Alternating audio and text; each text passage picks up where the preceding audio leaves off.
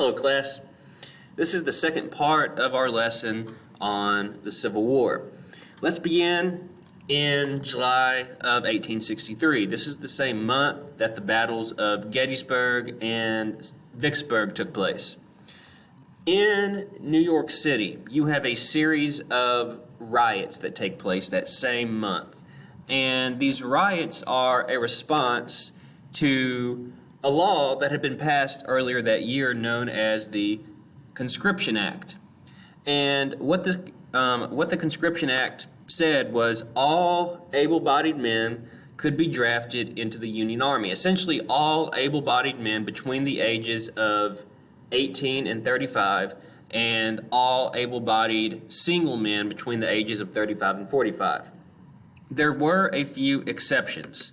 For one, if you were wealthy enough, you could pay $300 and be exempt from the draft. You could also hire someone to take your place. But one very notable exception was African Americans. African Americans, under the Dred Scott decision, if you remember the case Dred Scott versus Sanford, Dred Scott versus Sanford said that African Americans were not citizens. So because they were not considered citizens, they could not be drafted into the Union Army. And this was resented by many people, especially immigrants. So just imagine from the perspective of an Irish immigrant. You've just gotten off the ship. You've just received your citizenship, and you are now being drafted into the Union Army. And remember, at this point in time, emancipation, the freeing of the slaves, is now a war aim of the North.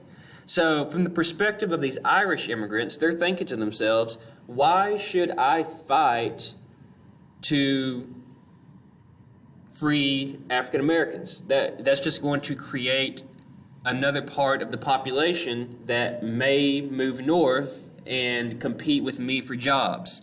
And it was even more frustrating that African Americans themselves could not be drafted, but these recent arrivals from places like Germany or Ireland could. So this resulted in a series of riots. It was made up primarily of Irish immigrants.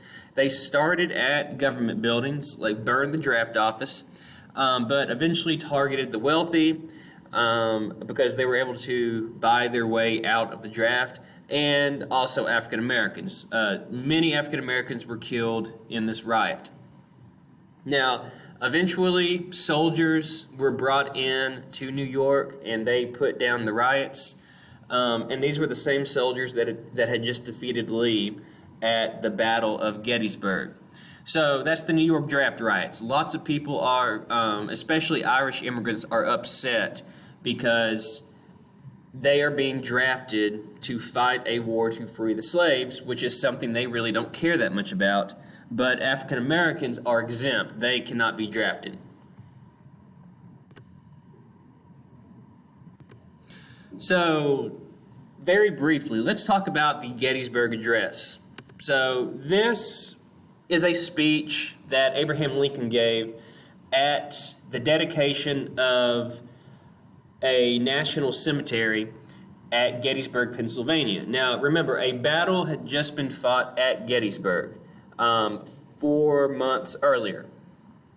And Lincoln sees this as an opportunity to fully explain to the nation why we are now fighting, not only to preserve the nation, not only to keep the country together, but also to free the slaves. So in this speech, which only lasted 2 minutes, it was a 10-sentence speech. Lincoln was kind of known for his short speeches. He said, 1, the point of this war is to protect the future of democracy. Okay. There were very few other democracies in the world during this time. And the ones that did exist really were not as successful as the United States.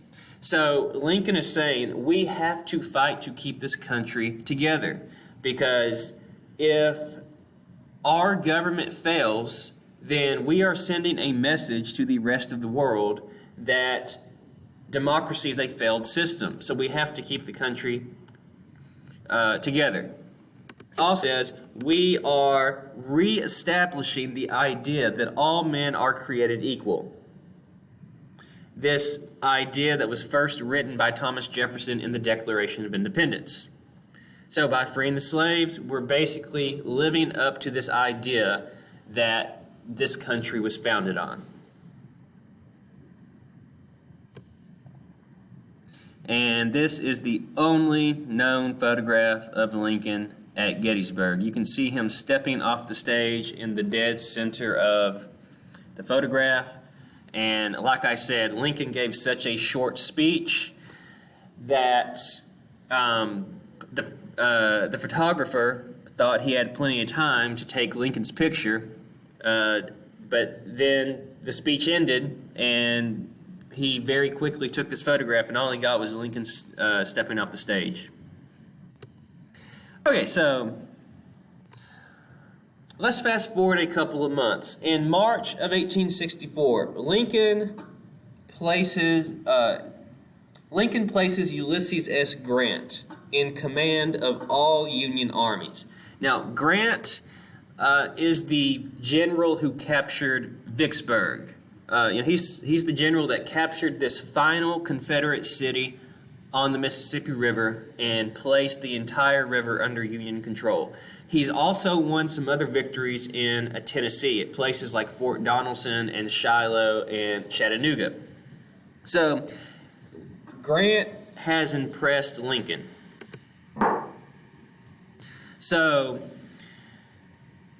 Grant is placed in command, and he decides that he is going to personally lead the main Union army toward the Confederate capital of Richmond.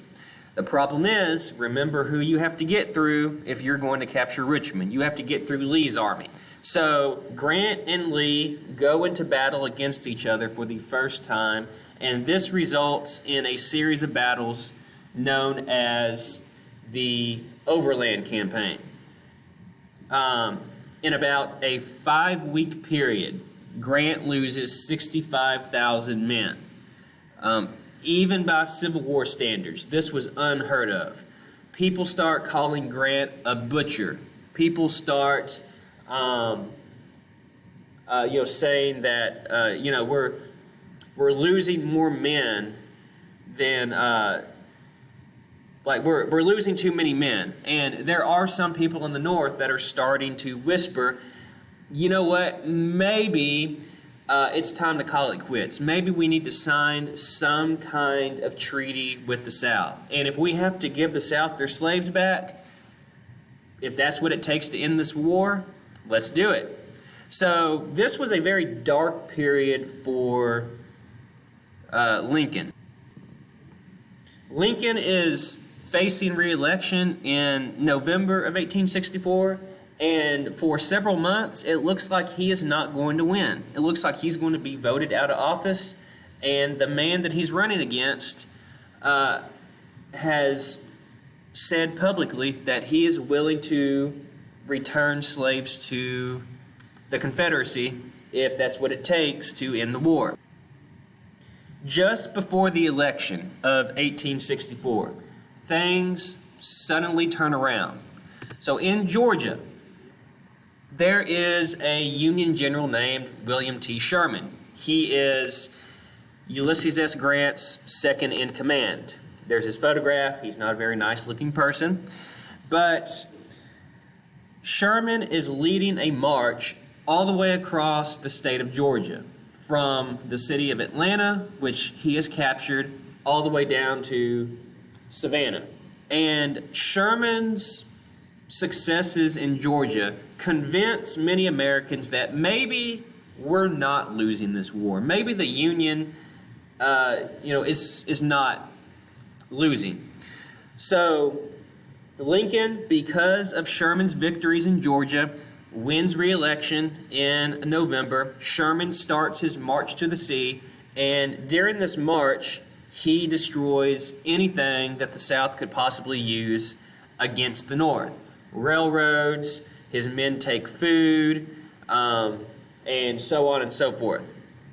And this is something known as total war. Sherman called it hard war, but essentially this means that you are not only fighting the enemy troops, but you're attacking their ability to wage war as well.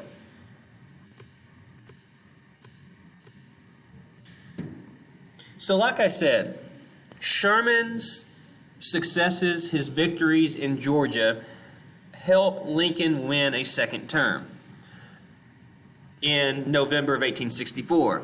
So in March of 1865, he is inaugurated for the second time. And his second inaugural address is considered to be one of the most famous speeches in American history. He calls for the nation to be reunified. He says, look, the war is coming to an end, and we need to be prepared to bring the country back together and begin the process of healing.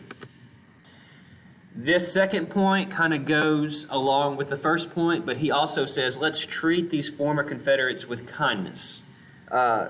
Lincoln, if he had wanted to, probably could have lined up Jefferson Davis and Robert E. Lee against a wall and had them shot. I mean, they were considered traitors, but he doesn't do that. He says, let's welcome these people back in as they come back and become our fellow citizens again. And once again, let's begin this process of healing. And finally, he talks about the role that slavery played in starting the war and the need to abolish it completely. Remember, the Emancipation Proclamation said that only the slaves in the Confederate States were being declared free. This did not apply to the slave states that had not seceded. So Lincoln is saying we need to take the final step and completely do away with slavery. What's the point of winning this war if we're not going to solve the problem that started the war in the first place? Now, some people like what Lincoln has to say. Some people do not. For example, this is a photograph of Lincoln giving his second inaugural address. You can see a lot of people in this photograph. And up on the balcony at the top of the photograph, one of the men on the balcony, the man that you see in this blow-up with the arrow pointed at his head, is an actor named John Wilkes Booth. And in 6 weeks, just 6 weeks after this photograph was taken, he would assassinate Abraham Lincoln. But that's something we'll get into in the next set of notes. Let's wrap this up. So the Civil War comes to an end at a place called Appomattox Courthouse. It is here, this is a little town in Virginia, and it's here that General Lee surrenders to General Grant. So at this point, Grant had finally captured the Confederate capital of Richmond. He chased down Lee to this little town and forced him to surrender. Now, Lee's army was not the last Confederate army in the field, but remember, Lee is in command of the main Confederate army. And when these other Confederate generals look to Lee and see that he's surrendered, they kind of say to themselves, if Lee's surrendering, this war must be over. So the other generals follow very quickly. And that is going to wrap up the Civil War. And in the next set of notes, we'll get into the process of Reconstruction, bringing the country back together at the end of the Civil War.